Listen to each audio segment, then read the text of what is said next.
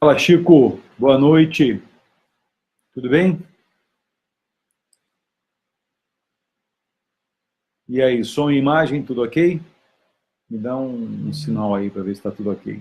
Está tudo certinho.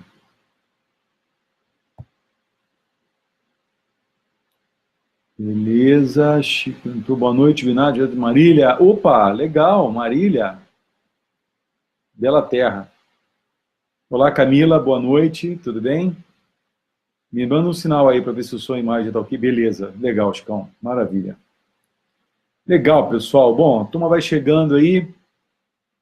Eu uso esse tempo aí para dar uma boa noite, para ir recebendo as pessoas e também comentar sobre o motivo dessas lives, né? A gente está hoje fazendo a nossa 39ª live, estamos nisso desde julho do ano passado, algumas falhas do caminho, algumas terças que a gente não conseguiu fazer, mas hoje estamos aqui de volta com o tema cocriação e controle, que foi um tema sugerido por uma pessoa da nossa audiência aqui.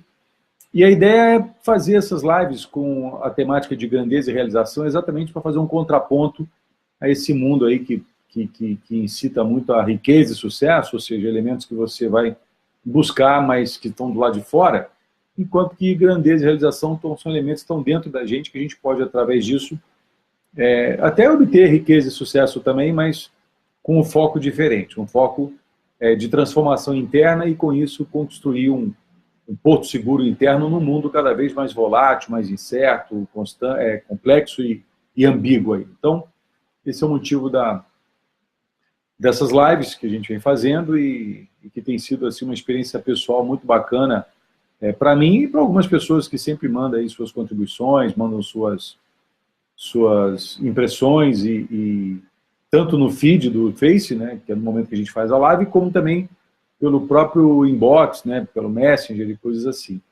Né, mas está sendo uma experiência muito boa. Vou te dar uma boa noite aqui para o Toninho Spadari, deve ser algum parente da Fran, né? Bem-vindo aí, Toninho. Maravilha. E, bom, vamos começar. O tema de hoje, pessoal, é um tema cujo o título, né, é cocriação e controle. Né? Eu não conversei, né, com a pessoa que sugeriu esse tema nesses intervalos aí entre lives, então, até porque a gente também não criou oportunidade, acabei não mencionando isso por outros canais, então vou partir de uma interpretação pessoal e a gente vai desenvolvendo esse raciocínio aqui. Né? Então, vamos lá. Acho que é importante a gente fazer uma distinção dos dois termos aí. Né? O que é cocriação, né? O que é controle? O termo cocriação, ele hoje é muito utilizado, ele é muito discutido, ele é muito falado, né? Criar em conjunto, criar junto, mas ele foi utilizado, uma das primeiras vezes que ele foi utilizado no mundo da administração foi no livro, se eu não me engano, um livro chamado O Futuro da Competição, que foi escrito pelo C.K. Prahalad, que é um indiano, muito conhecido no mundo da gestão, né? E por um outro indiano, se eu não estiver enganado, chamado Venkat Ramaswamy, eu acho que é o nome dele. Né? E esse termo, ele foi cunhado como sendo um conceito de marketing, né? Onde a inovação ela acontece, ela surge quando pessoas de fora de uma empresa que atuam como fornecedores, como clientes, como apoiadores, se associam àquela visão de negócio, de produto, e com isso vai agregando uma visão diferente, um valor diferente, um conteúdo, um conceito diferente, e com isso agrega novos elementos a partir de uma visão colaborativa. Né? Esse é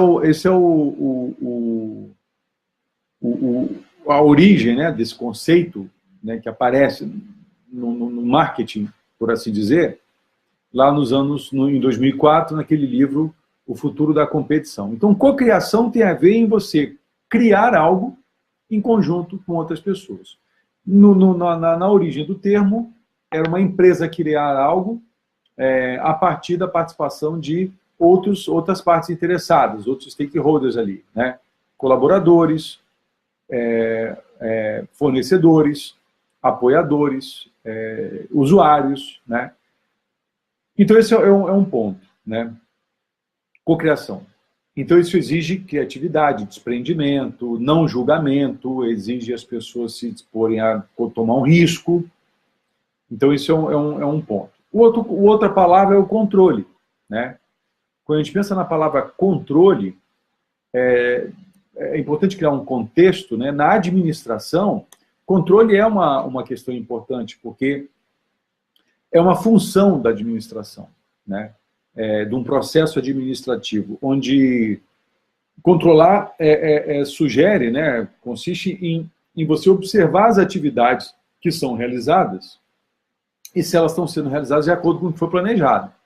Então, você tem um elemento chamado controle, ou seja, há um plano, há uma previsão, há uma estimativa, algo que eu desejo, e ao ir fazendo, eu vou controlando para ver se isso vai acontecendo, né? E aí tem outros conceitos de controle que a gente pode falar. E talvez o mais assim, que as pessoas se recordem em controle é aquela questão de alguém exercer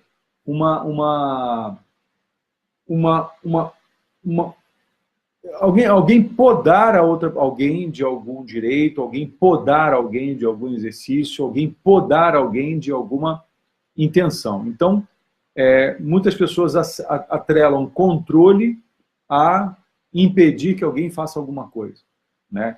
Muito comum assim, a gente vê, por exemplo, jovens adolescentes e os pais controladores. Ou seja, o pai impede a pessoa de fazer isso, impede de fazer aquilo, a mãe impede de fazer aquilo outro, a mãe impede de fazer outra coisa. Isso dá-se o nome, né, num certo contexto, de exercício do controle, né? E aí, como é que a gente junta, né, essa história de cocriação e controle, né? Eu não sei, né, o que se não me engano... Bom, deixa eu dar só uma boa noite aqui. Bom, o Toninho dizendo aqui que é tio da Fran, legal, Toninho, bem-vindo, então. A Patrícia entrou agora, a Fran também chegou, aí, ó, a sobrinha acabou de chegar, bem-vinda, menina. A Isabel chegou também. E a Patrícia, né, boa noite, Patrícia, bem-vinda, e ela fala assim, Binato, o presidente também é responsável pelo controle? Então, a pergunta é solta, né, quer dizer, a rigor, vou trazer esse tema aí para o nosso métier aqui, do modelo do pensador e tudo mais, que é o seguinte, ó. No meu ponto de vista, a principal responsabilidade de um gestor, uma empresa, depois a gente traz para a nossa vida diária, tá? Mas a principal responsabilidade de um gestor é gerar resultados. Eu acredito que na nossa vida diária, a principal responsabilidade de uma pessoa é ser feliz. Tá? Então, veja, a felicidade é um resultado. E resultados numa empresa também são resultados, né? Então, Patrícia, o presidente é responsável por gerar resultados. Ele pode até fazer isso usando uma ferramenta, usando uma abordagem de controle. Mas ele não é responsável pelo controle. Os pais não são responsáveis pelo controle. Professores não são responsáveis pelo controle. A polícia, a rigor, não é responsável pelo controle. Eu defendo a ideia de que nós somos responsáveis por atingir um fim, um resultado. E eu posso ter o controle como um meio para atingir esse resultado. Vai me dando um sinal para dizer se faz sentido isso. Então, essa tua pergunta me abre uma perspectiva do seguinte: tem pessoas que são focadas no fim, ou seja, são focadas em resultados, e tem pessoas que são focadas no meio, ou seja, são focadas nos recursos ou focadas na tarefa. Cocriação é um processo que leva pessoas a atingir um resultado. Controle é uma maneira de verificar se esse resultado está sendo atingido. Percebe? Esse é um contexto que a gente está construindo. Algumas pessoas podem enxergar de maneira antagônica, ou seja, a cocriação exige uma abertura de mentalidade tão grande que a presença de algum tipo de controle inibe. Entende? Então a gente precisa criar um contexto para a nossa live, para a nossa conversa, para que esses dois temas, né, cocriação e controle, façam sentido aqui. Então nós podemos decidir, por exemplo, né, para mim, um exemplo de cocriação são essas lives, né? Essas nossas lives, elas são criadas em coparticipação de todo mundo que faz parte disso, né? Com as perguntas, com as sugestões dos temas, com as experiências que as pessoas compartilham. Então, esse compartilhar cria um produto, cria um processo ao final, ou cria um produto ao final, que traz algum valor para as pessoas. Por isso elas voltam, por isso elas assistem, né? É interessante verificar o tanto de pessoas que aparecem aqui na live, na hora da live, mas o tanto de pessoas que assistem depois, entendeu?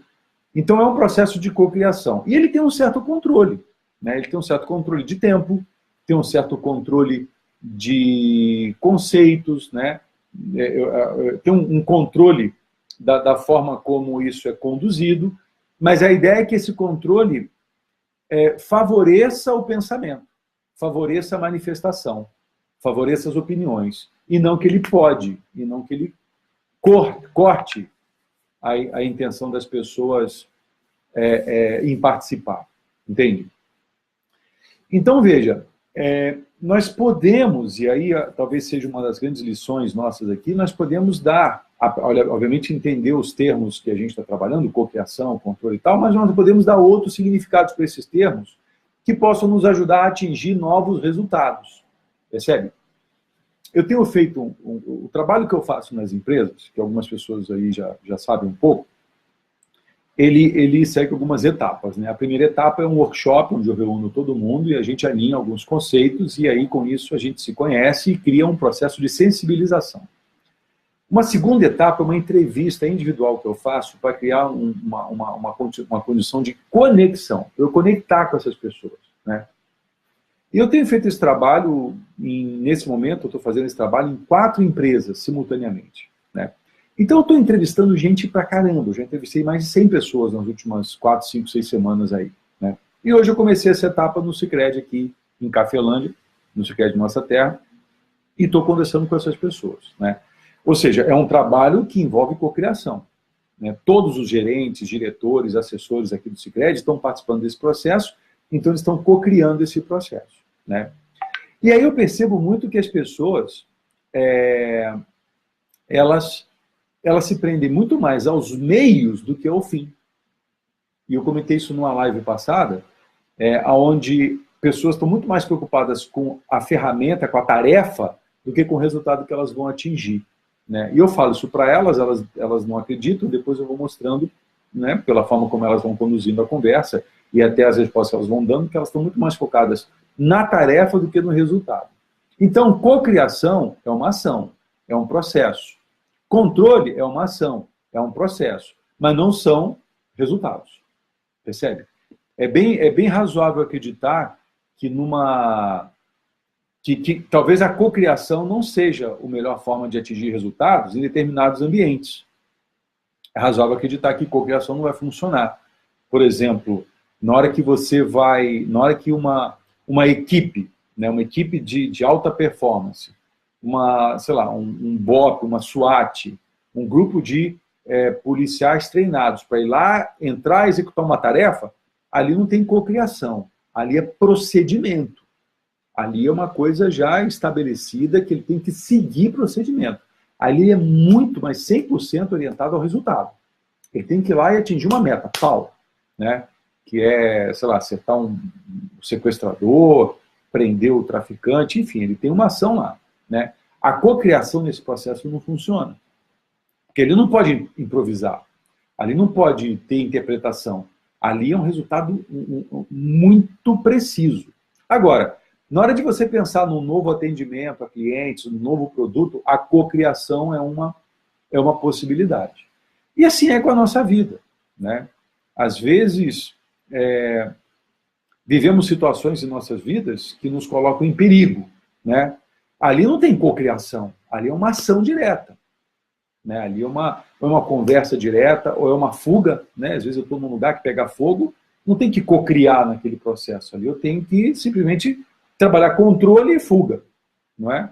Mas quando a gente quer criar um produto novo, quer criar, ou voltando para a nossa vida, a gente quer bolar um final de semana novo com os amigos, com a família, com as pessoas queridas e tal, o que nós vamos fazer esse final de semana? O processo de cocriação prescinde, pode ser interessante nesse sentido, né? Deixa eu dar uma boa noite aqui para as pessoas que estão chegando, depois que eu entrei aqui, ó. O Eduardo Marques chegou, bem-vindo, Eduardo. O Brinkman também, bem-vindo, Brinkman. A Patrícia fez um ok, depois você fala... Bom, ela fala aqui. Bom, Zé Luiz Ramos também chegou, bem-vindo, Zé. A Patrícia fala assim, a minha vida deve ser a única coisa que devo ter controle, certo? Patrícia, vou te ser bem sincero, eu não tenho certeza que alguém possa ter controle sobre sua própria vida. Entende? Eu acredito, minha crença, que eu controlo alguns aspectos da minha vida, mas eu não controlo todos os aspectos. Por exemplo, nesse exato momento, meu coração está batendo, e eu não consigo controlar isso, né? Nesse exato momento, neurônios estão funcionando, hormônios estão operando, órgãos do meu corpo estão funcionando, e eu não tenho controle sobre isso. Nesse exato momento, alguma pessoa que eu gosto pode estar na rua passando por alguma situação e ela está diretamente ligada à minha vida, e eu não tenho controle sobre isso. Entende? Então, eu acredito que o controle pode ser exercido quando eu tenho uma meta, quando eu tenho um resultado desejado, eu quero fazer uma viagem, eu quero juntar o dinheiro, eu quero desenvolver uma habilidade nova, então eu tenho um ponto B lá na frente e eu tenho um caminho para chegar nesse ponto B. Aí eu posso controlar um processo, embora não tenha gestão total sobre ele, mas eu posso verificar o quão perto ou distante ele está do previsto. E eu vou administrando, mas eu não tenho controle no sentido de dominar todas as variáveis de um processo, né? A gente observa o processo, mas não tem controle total sobre ele. Faz sentido isso? Pensa se essa minha resposta faz sentido para você nessa pergunta que você coloca. A minha vida deve ser a única coisa que eu devo ter controle, certo? Para ser bem sincero e direto na resposta, não, errado. Talvez você possa ter controle ou você possa ter poder de tomar decisão sobre os resultados que você quer obter na sua vida, mas você não tem controle sobre todas as variáveis que contribuem para que esse resultado aconteça ou para que não contribuam para que esse resultado aconteça. Percebe? Dado que nossas vidas, minha vida, sua vida, a vida de todos aqui, ela existe em função da forma como, em função de relacionamentos que temos com pessoas, né? Eu posso controlar, o que eu posso controlar são as minhas emoções, isso eu posso controlar. Eu posso liderar minhas emoções, eu posso liderar os meus pensamentos, eu posso, na medida que alguma coisa está acontecendo e eu não tenho controle sobre essa coisa, eu posso controlar o que eu vou sentir, o que eu vou pensar sobre essa coisa. Lembra, naquela conversa que a gente teve um tempo atrás. Eu não tenho controle sobre os estímulos que a vida me oferece, mas eu posso ter controle sobre o significado que eu vou dar para esses estímulos. Isso faz sentido para você, Patrícia, e obviamente faz sentido para todo mundo que está me ouvindo aí? E aí, nesse momento, dou uma boa noite aqui. Bom, o Zé Luiz falando aqui. Oi, Binato, boa noite. Fazia tempo que não assistia suas lives, gratidão. Beleza, Zé, bem-vindo. Beleza, vou ter você de volta aí. Dá uma boa noite para a Silvia também, que chegou. Bem-vinda, Silvinha. Para a Valquíria também, boa noite, Binato. Cheguei agora, legal, compartilhando. Bem-vinda, Valquíria. Então, veja, a gente começa essa live falando sobre isso. Ó, já deu 20 minutos, já, um terço da live já foi. Sobre essas possibilidades, né? Que coisas da minha vida, que atividades da minha vida, que coisas interessantes eu posso usar a cocriação como um processo. Eu entendo que eu posso usar a cocriação para o meu processo de visualizar o meu futuro. Entendeu? Eu posso convidar pessoas que eu amo, a Fran, minha namorada, Lívia e Lara, minhas filhas, que são pessoas muito próximas de mim, a juntos co-criarmos um futuro. Nós podemos fazer isso, entendeu? E na medida que a gente co-cria esse futuro, cria em conjunto esse futuro, a gente pode estabelecer algumas metas, alguns sonhos que a gente transforma em meta, e a gente pode pensar em algumas ações para fazer que nos leve a esse futuro. Aí eu posso controlar aquilo que está ao meu alcance, aquilo que é da minha total responsabilidade, para que isso possa melhorar minhas chances de atingir os resultados que eu quero obter na minha vida, entendeu? Mas acontece alguma coisa no meio do caminho, eu não tenho controle sobre isso, né? Uma doença que possa me acometer, uma viagem que faça mudar algum controle, uma oportunidade que surja que me convide a mudar o rumo daquela decisão que eu tomei. Então, eu não posso controlar muitas coisas, mas posso controlar meus pensamentos, posso controlar minhas emoções, posso controlar meus comportamentos, posso controlar minhas ações, eu posso ter controle sobre mim, né? Mas não sobre todas as coisas que envolvem a minha vida, porque tem muito mais coisas que envolvem a minha vida do que eu sozinho, entendeu? Aí o Felipe fala aqui, Felipe Carnier, nós temos controle sobre nossas ações. Então, nós podemos ter controle sobre nossas ações. Não garantiria, Felipe, que todos temos. Tá? Eu conheço pessoas que não têm nenhum controle sobre suas ações. Elas são completamente aleatórias. As pessoas são aleatórias. Então, ela até pode ter, mas eu não sei se ela tem. E essa é uma decisão que também não cabe a mim, cabe a ela. Eu posso ter controle sobre a minha vida, sobre as minhas ações. Nem sobre tudo sobre a minha vida, mas sobre as minhas ações. Isso eu posso ter, né? Aí o Zé Fernando chegou, bem-vindo, Zé Fernando, Escher, chegou aí agora. A Patrícia fala sim, total sentido. A Elaine também acabou de chegar, bem-vinda, Elaine. Então, veja, essa é uma oportunidade para nós pensarmos. Será que eu estou construindo a minha vida num processo de cocriação? Será que eu estou dando um contexto legal para esse termo cocriação na minha vida, no meu papel como líder, no meu papel como gerente, executivo, ou coach, que eventualmente alguém aqui nessa nossa conversa seja? Será que eu estou dando o sentido certo para a palavra controle? Né? Será que atenção e controle são sinônimos? Ou será que atenção é uma forma e controle é outra forma? Né? Será que eu posso usar controle somente no sentido negativo da palavra? Né? Tem pessoas que dão a vida por isso aqui. Isso aqui é um controle remoto. Tem pessoas que sentem um prazer tremendo nisso aqui. Né? E não necessariamente é ruim. Por que ele é um controle remoto? Porque de onde eu estiver, eu consigo alterar os canais, eu consigo alterar as opções. Ou seja, eu tenho, num certo sentido, um controle sobre aquele aparelho, aquele elemento. Né?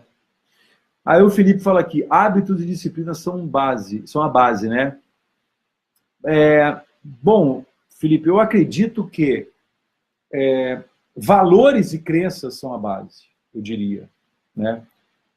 Hábito eu desenvolvo na medida que eu pratico os meus valores e reformo as minhas crenças. Aí, a partir daí, eu vou tendo ações, e essas ações, na medida que vão me trazendo resultados, me fazem constituir um hábito, criar um hábito. E eu deverei mudar esse hábito se essas ações habitualmente realizadas já não me trazem mais os resultados que eu quero ter na minha vida. Então, mudar o hábito é um ponto relevante. E você traz uma outra palavra que é disciplina. Né? Se eu perguntasse para vocês aqui, o que é disciplina? Quem é que poderia responder o que é disciplina aqui? E muitas pessoas vão ligar a palavra disciplina a tarefas. Né? Disciplina é fazer algo com a devida rotina, é fazer algo com a devida previsibilidade. Então, por exemplo, tem pessoas que falam, Luiz, eu sou péssimo na disciplina. Eu não tenho disciplina. Se o conceito de disciplina for fazer uma coisa com a devida rotina, todos aqui têm disciplina. Todos aqui levantam, vão ao banheiro todos os dias, tomam banho todos os dias, imagino, ainda aqui com esse frio, né? Escovam os dentes todos os dias, ou seja, fazem tarefas todos os dias. Mas disciplina não pode mais estar ligada a tarefas. A disciplina tem que estar ligada a um resultado. Então, o que é um novo conceito para disciplina? Disciplina pode ser você subordinar aquilo que é menos importante àquilo que é mais importante. Então, pessoas vão na academia não para cumprir a tarefa de ir na academia. Elas vão na academia para atingir um resultado de ter uma saúde melhor. Isso é mais importante do que ir para o happy hour. Então, a disciplina faz eu ir para a academia por conta dos meus valores e não por conta do hábito. Porque tem pessoas, Felipe, que fazem coisas há muito tempo e já perderam o motivo pelo qual elas fazem essas coisas. Entendeu? Tem pessoas que falam assim, que fazem assim, por que você passa a mão na sua orelha? Porque há um tempo atrás eu tive um corte na orelha e comecei a passar a mão na orelha e ficou legal. Só que esse corte não existe há muitos anos, então vira um hábito que não tem motivo nenhum. Entende? Não sei se isso é um bom exemplo, mas a ideia é que um hábito exista para que ele te traga mais resultados, para que ele te torne mais feliz. Se esse hábito não te traz mais resultados, não te torna mais feliz, ele pode ser eliminado. E aí você vai ter, então, que criar uma disciplina para criar um novo hábito. Depois você me diz, Felipe, se isso aí faz sentido. Né? A Silvia chega, dá uma boa noite de volta, bem legal, bem-vindo, Silvia. Aí a Patrícia fala assim, entendi. Existem situações que não vêm de escolhas, mas de circunstâncias. É verdade. Muitas delas, Patrícia, muitas delas vêm de circunstâncias. E aí nos cabe decidir escolher aquela circunstância. Né? E é uma decisão pessoal. Né? É uma decisão pessoal. Coisas que acontecem na minha vida e eu decido escolher, eu decido aceitar, eu decido fazer o melhor uso daquela situação que eu estou vivendo agora. E se aquilo não é exatamente o que eu quero para a minha vida, eu avalio as opções. Entendeu? Por exemplo, vou dar um exemplo aqui. Eu tô em Cafelândia, uma cidade, né, pequena. Assim, para ser sincero, eu nem cheguei a... Oi, pessoal. Caiu geral aqui. Vamos ver se a turma volta. Né?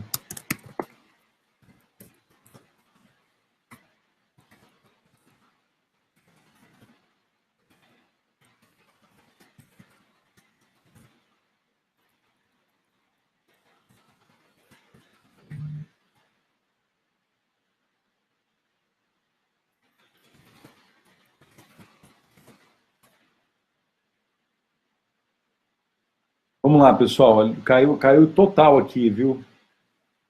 Vamos ver se o pessoal entra aí de novo. Bom, deixa eu aproveitar então para dar uma boa noite aqui para a Iluana. Bem-vinda, Iluana. Tudo bem? Quanto tempo? E a turma está chegando. O Luiz Reis também está chegando aí. Então essa live vai ficar partida em dois, espero que até em 2 blocos aí, né? Vivi também chegando aí. Bem-vinda, Vivi. Então até a live cair... Bom, deixa eu esperar mais um pouquinho. Eu estava falando... que as coisas acontecem nas nossas vidas e nós podemos escolher dar o significado que a gente quer dar para essas coisas, né? Até que, então, a live caiu, né? Deixa eu dar uma boa noite aqui para Letícia Tremba também, bem-vinda, Letícia. Legal, Iluana, bem-vinda aí. Estou aqui pertinho, bom, estou aqui no Paraná, né? Você está em Curitiba, imagina, eu estou aqui em Cafelândia. Então, eu ia começar a falar o seguinte, por exemplo, eu estou aqui em Cafelândia, né? Para chegar aqui em Cafelândia, eu pego um voo para Foz do Iguaçu, em Foz eu pego um carro, de lá eu ando 190, quase 200 quilômetros até Cafelândia. Aqui eu fico no hotel, ó, esse aqui é o quarto do hotel, né? É isso aqui o quarto, acabou. Aqui é a cama, aqui é a TV, aqui é o banheiro. Pronto, acabou. O quarto deve ter, sei lá, uns 20 metros quadrados, se muito, né? Aí as pessoas podem falar, nossa, que lugar horrível. Mas algumas podem falar, pô, que legal. Né? Quer dizer, o significado, quem dá o significado para as coisas que eu vivo na minha vida sou eu. Aí, Patrícia, eu posso ter controle sobre isso, eu posso ter decisão sobre isso, entende? Eu posso decidir estar num lugar que, para ser bem sincero, não é o melhor lugar do mundo, mas eu posso transformar num lugar bom por um período, eu sei que tudo passa. Né?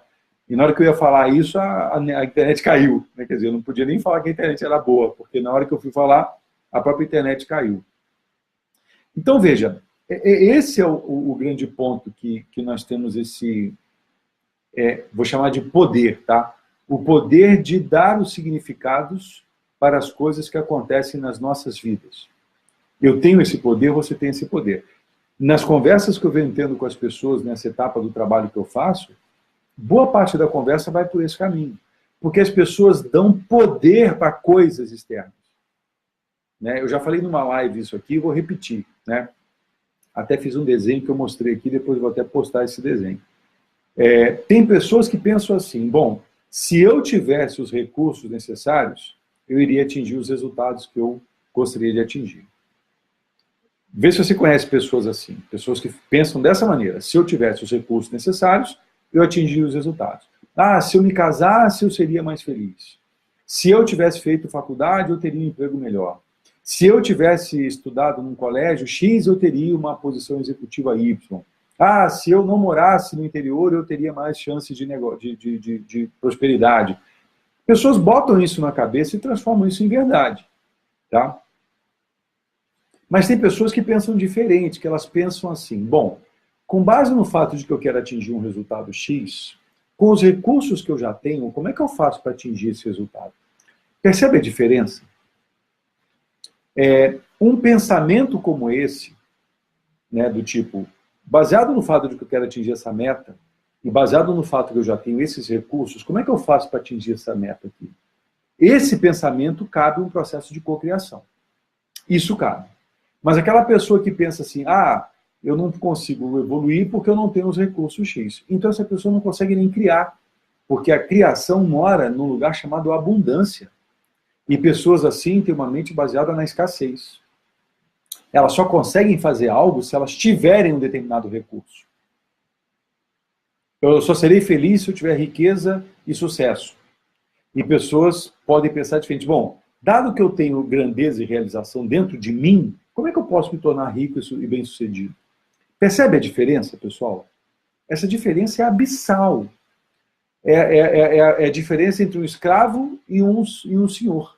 Né? Um escravo da vida e um senhor da própria vida. O escravo da vida é aquele que depende. Ah, eu não tenho os recursos, se eu tivesse eu seria mais feliz. Ah, se eu tivesse dinheiro eu teria mais liberdade. Ah, se eu tivesse isso eu teria aquilo. Ou seja, há uma condição. Para ter A, eu tenho que ter B. Se eu não tenho B, eu não tenho A. O outro pensa o seguinte, bom, eu quero ser livre. Como é que eu faço para ser livre com os recursos que eu já tenho? Eu quero ter condições de comprar coisas. Então, como é que eu faço para ganhar mais dinheiro com os recursos que eu já tenho? Tem pessoas que ficam querendo se preparar o resto da vida. Ah, se eu não tiver um curso tal, eu não consigo fazer isso. Se eu não tiver esse MBA, eu não consigo isso lá. Se eu não fizer um curso X, eu não consigo isso lá. Ou seja, ela cria uma condição que condiciona. Putz, óbvio. Ela cria uma condição que aprisiona ela e impede ela de atingir. A outra pessoa cria soluções. Com os recursos que eu já tenho, como é que eu chego lá? Faz sentido isso, pessoal? Eu não sei se eu dei boa noite para a Isabel Silveira. Bem-vindo, Isabel. Se eu dei boa noite, dou de novo.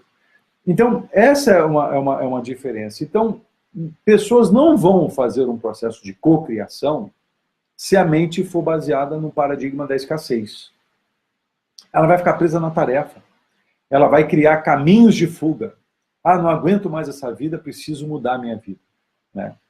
Ok, é uma decisão. Só que dependendo da forma que você não mude sua cabeça, você não vai mudar a sua vida. Entende? Se você acha que o problema é não ter dinheiro, ah, não quero mais não ter dinheiro. Está equivocado, não vai resolver a questão. Ah, eu não estou feliz no meu trabalho, então vou sair. Não vai funcionar. Entendeu? Vai funcionar na medida que você pensa assim, bom, que resultados eu estou tendo com o meu trabalho hoje? Poxa, eu estou sempre fora de casa, longe das pessoas que eu amo, não consigo aferir a remuneração que eu gostaria. O que eu quero no lugar disso? Pô, eu quero estar perto das pessoas que eu amo, quero aferir uma remuneração que eu gostaria, então tá. Por que isso é importante? Porque isso atende meus valores, o que é mais importante para mim, etc. E tal. Tá, então como buscar isso? Aí o movimento é legal, é um movimento de busca. Aí nesse processo a cocriação cabe como uma luva. Chamar os aliados para ajudar.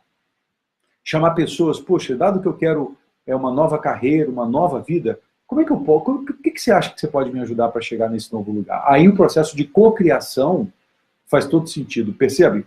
A cocriação é algo que te ajuda a atingir um novo patamar e não a fugir do que você não gosta. Aí a Patrícia fala assim, como funcionaria a cocriação numa igreja ou condomínio? Então, a cocriação, Patrícia, funciona sempre na medida que a gente define uma meta nova, entendeu? Então, por exemplo, a igreja, né? A igreja, olha só, vê se isso faz sentido. Eu vou falar algumas coisas aqui e depois você vai me sinalizando se faz sentido ou não. Igrejas vivem das doações, tá? Se as doações atingirem um patamar elevado, que pague lá o trabalho do pastor, do reverendo, das pessoas que dedicam sua vida à igreja, muito bem, a vida segue. Mas se não, a gente vai ter problemas. Aí as pessoas pensam assim, pô, não dá para ter igreja desse jeito. Pô, temos que mudar essa situação. Tá, mas para qual situação? Então, uma forma de pensar a cocriação numa igreja é o seguinte, que formas nós podemos criar para trazer mais valor, mais benefício para os membros da igreja e para novos membros da igreja, e para criar novos membros para a igreja. Se a igreja tem 1.000 frequentadores, como é que a gente faz com que mais 2.000 pessoas venham para a igreja? Trazidas por esses 1.000. Aí é um processo de cocriação, baseado no resultado que eu quero atingir. Percebe? Um condomínio que, por exemplo, as pessoas não conversem, as pessoas não discutam, as pessoas não debatam, as pessoas só se agridem, não tem cocriação. É muito mais comando, é muito mais imposições. Agora, se alguém se dispuser a conversar com as pessoas do condomínio, o síndico, aquelas pessoas que voluntariamente apoiam o condomínio e tal, e definem assim o seguinte, bom, pessoal, olha, nosso condomínio tem um relacionamento ruim, as pessoas se atacam, as pessoas se agridem, não há amizade. O que a gente quer no lugar disso? Pô, a gente quer um condomínio onde as pessoas tenham prazer em estar umas com as outras, que visitem as casas umas das outras, que nos tornemos amigos. Então, definindo uma meta, dá para fazer uma cocriação. Percebe? Então, a cocriação é um processo de busca e não um processo de fuga. E na hora que eu estou em busca, controlar as ações para ir em busca do que eu quero faz sentido. Senão, eu vou fazer o controle da fuga. E o controle da fuga não pode fazer isso, não pode fazer aquilo, por isso que pais controlam filhos dizendo não pode, não pode, não pode. Percebe como é que o controle pode ser usado para o bem ou para o mal? Para o positivo ou para o negativo? Para busca ou para fuga? Esse é o grande ponto, no meu ponto de vista, entendeu? Deixa eu dar uma boa noite para a Sônia Regina, que chegou aqui. Bem-vinda, Sônia. Bom, Zé Fernando entrou aqui agora de novo. Então, Patrícia, você que chamou essa questão e fez as questões, me diz se faz sentido o que eu estou falando. Porque, num processo de busca, a cocriação e o controle têm um contexto, tem um significado, tem um motivo e tem uma razão de ser. Na fuga, não tem cocriação, mas pode ter controle. Entendeu? Controle para as pessoas não fugirem daquele lugar. Controle para mantê-las presas a um determinado comando. Controle para mantê-las presas a um determinado padrão. Tudo bem, pessoal? Me dá uma dica aí, se essa conversa está redonda ou se ela está quadrada. Hoje a participação está menor, menos pessoas apareceram, a coisa fica mais morna, e aí eu perco um pouco a medida do quanto que esse tema está fazendo sentido, o quanto que as coisas que eu estou dizendo fazem sentido e nos fazem pensar de uma maneira diferente, né? Uma coisa que eu acho importante, assim, que para mim faz muito sentido, é o processo da busca, né? A Patrícia fala aqui, então, Binato, quem seriam os stakeholders que fariam parte dessa cocriação? Pô, suponha que na igreja você tem lá os principais operadores da igreja, que são os pastores e e as pessoas que apoiam lá. Os fiéis, os frequentadores dessa igreja, são co-criadores. Pessoas que fornecem coisas para a igreja, artigos, né, de altar, de livros, publicações, aquelas coisas que uma igreja, muitas vezes evangélica, vende para as pessoas para ganhar, para fazer algum retorno, né? Chamar esses fornecedores e falar, pô, o que vocês acham que dá para a gente criar para trazer mais benefícios para as pessoas, entendeu? E eu acredito também, Patrícia, agora eu vou falar uma coisa que talvez seja um pouco delicada, que é o seguinte. Então, beleza, você entendeu como é que o controle pode ter duas faces, tá? Aí eu vou fazer um comentário que pode ser muito delicado, mas eu vou tomar um risco, né? Por exemplo, Eu tenho ido numa igreja, junto com a Lara, minha filha, que é a Catedral Anglicana de São Paulo, né? E fui, durante um tempo, em algumas outras igrejas aí, algumas evangélicas, outras católicas e tal. O que eu vejo na diferença do valor entregue, né? Tem pessoas que querem que Deus faça tudo por elas. Então, as igrejas que prometem que Deus vai fazer tudo por elas, lotam de pessoas assim. E tem pessoas que querem desenvolver novas habilidades, que querem ser donas do seu destino. Então, igrejas que trazem a mensagem de que Deus está do teu lado, por que você precisar, e você tomar decisões e Deus vai te apoiar, atraem pessoas com esse perfil, né?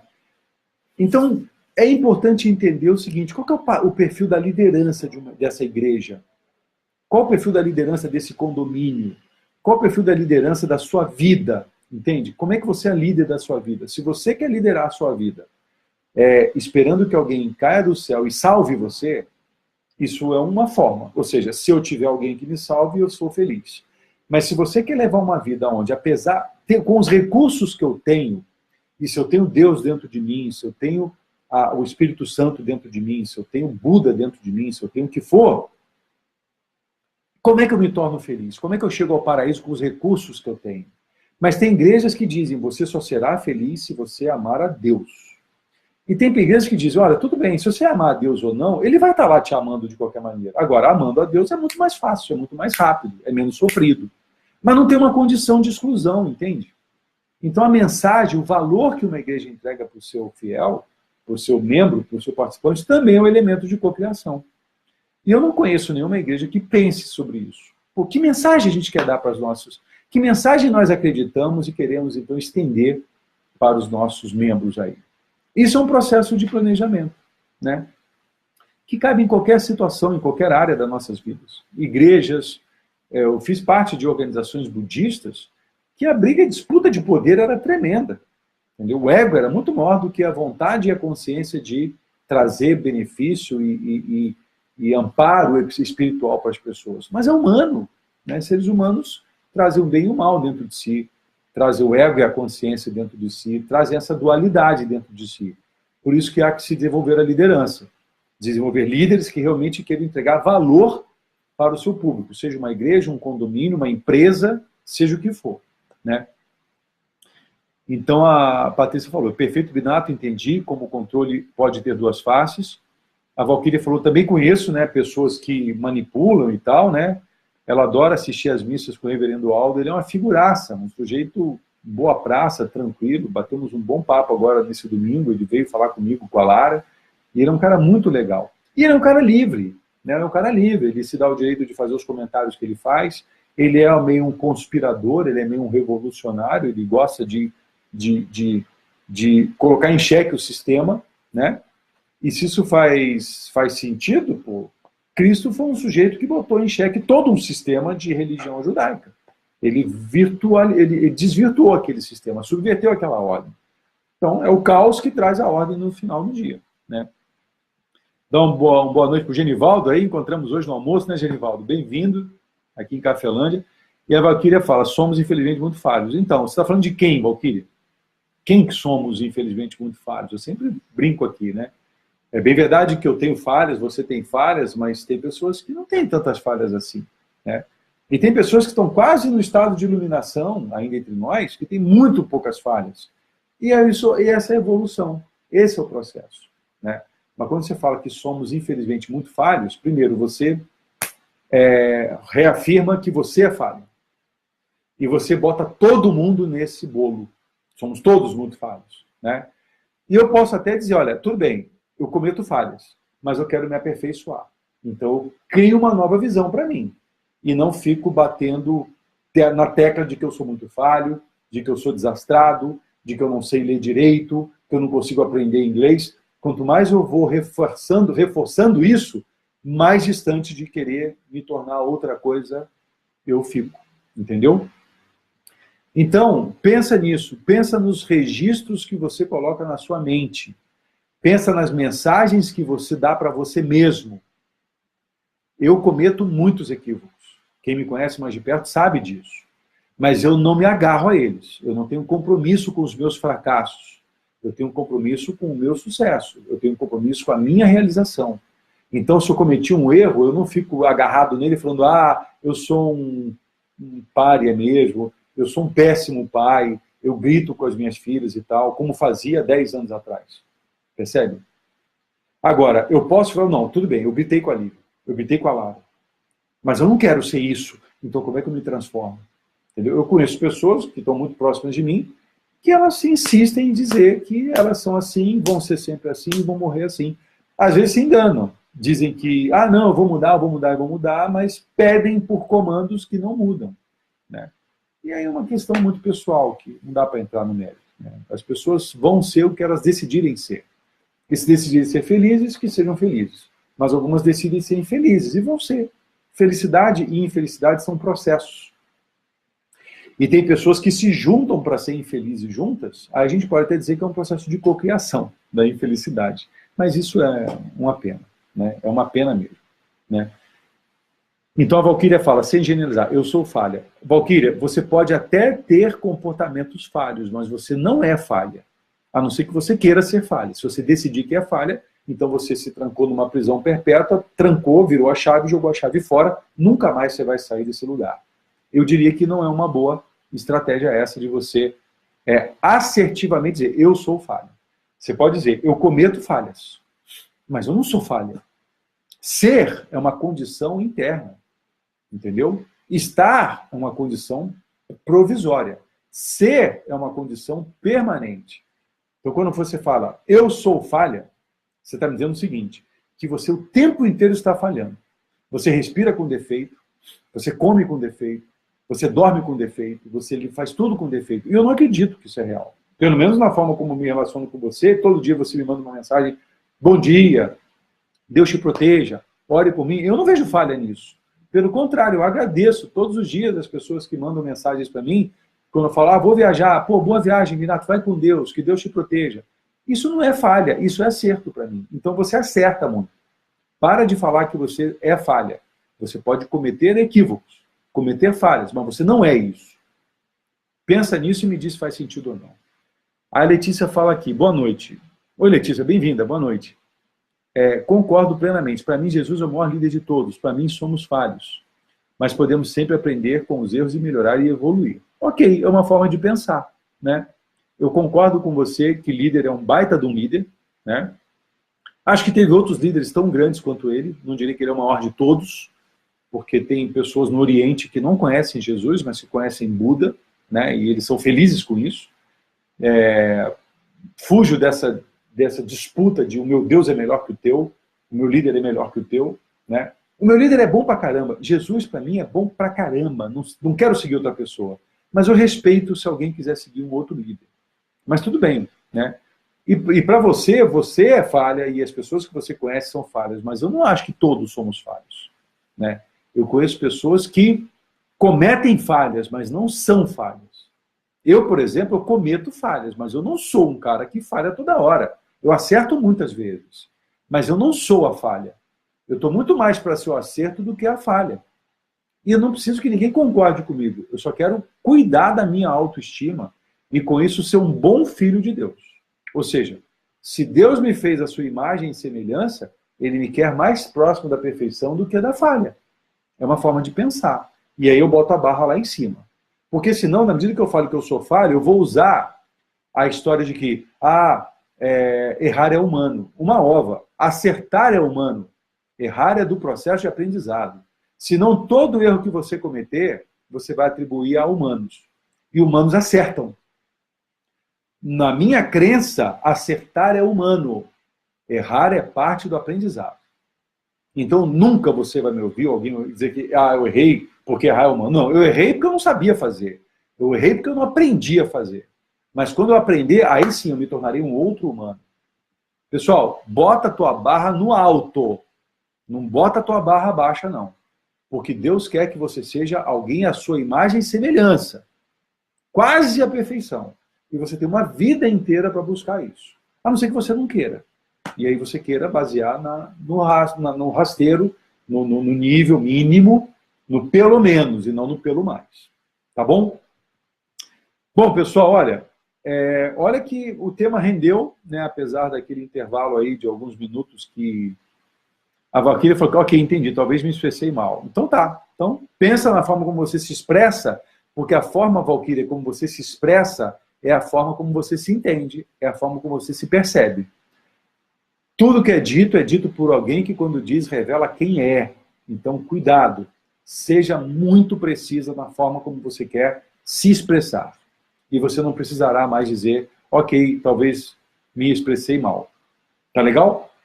Legal, pessoal. Bom, então, ó, a Letícia falou, nossa, muito legal, nunca tinha parado para pensar assim, obrigado. Então, pensa nisso, Letícia. E esse é o pedido, turma, pensem.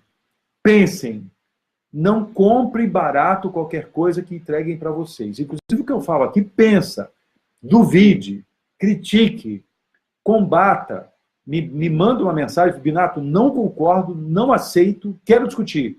Pô, eu vou te ligar, a gente vai fazer um Skype, a gente vai discutir. Porque isso também me engrandece, isso também me aperfeiçoa, isso também me coloca no outro patamar. Isso para mim faz todo sentido, tá bom? Bom, pessoal, são 20 horas e 56 minutos. Vou começar aqui as mensagens paroquiais, né? Fazendo uma brincadeira aí com o tema. Bom, legal o tema, obrigado. Eu não me lembro agora exatamente quem sugeriu, não sei se foi a Patrícia que sugeriu esse tema, mas se foi, Patrícia, valeu, golaço, um tema bem legal. Semana que vem temos uma outra live com um tema sugerido pela Silvia Bruneto, uma amiga querida, que a gente vai falar sobre apropriação da verdade e liberdade, tá? Eu acho que esse é o tema. Deixa eu ver se... Deixa eu só pegar o tema aqui com clareza, porque eu posso ter me confundido nesse tema. A gente vai falar sobre... Tá aqui, ó. Sobre liberdade e apropriação da verdade. Esse tema vai ser legal, viu? Inclusive tem a ver com coisas que a gente discutiu aqui, né? Então não percam, semana que vem, terça-feira eu vou estar em São Paulo, agenda livre, né? Fizemos um evento que ia acontecer na terça-feira que foi adiado mais para frente. Então vai acontecer, vou estar em São Paulo sem nenhum risco, sem nenhum grande problema em princípio, né? Obrigado aí por tudo que vocês contribuíram. A Sônia falou, boa noite, Binato, obrigado por me ajudar a melhorar, legal. O Brinkman falou, acabou agora que estava esquentando? Agora esquentou? Pois é, Brinkman, temos um tempo aí, beleza. A Patrícia fala aqui, ó. Poderia dizer, então, que um modelo mental co-criativo é um mundo com uma rede de interação de indivíduos gerando experiências humanas para serem mais felizes, para buscar melhores resultados, Patrícia. É um conceito bacana. Pode ser legal isso aí, bem legal. Né? O Eduardo fala, obrigado, eu que agradeço também, Eduardo, bem-vindo sempre. Genivaldo, peguei o finalzinho, já valeu. Legal, Genivaldo, depois você dá uma olhada na outra parte, vou ver se a gente consegue juntar uma na outra aí. Vou falar com a turma que me ajuda nisso aí. O Zé Fernando fala, obrigado, muito show, também agradeço, Zé, muito legal, obrigado também pela presença. Então, turma, ficamos assim, né? Semana que vem, dia 29, o tema que a gente falou é a liberdade e a apropriação da verdade. A Fran fala, boa noite, muito assertivo sempre, obrigada, legal, Fran, minha linda. Gratidão, a Patrícia fala, me ajudou muitíssimo, também fiquei muito feliz, porque o tema vai pegando fogo, e eu também vou aprendendo coisas sobre isso, né? Então foi muito legal, turma, valeu aí pela participação, desculpem a queda da internet, mas são coisas que a gente não tem controle, mas a gente pode decidir o que fazer com isso, né? Transformar o limão numa limonada, a ameaça numa oportunidade. Dia 29, então, a liberdade e a apropriação da verdade.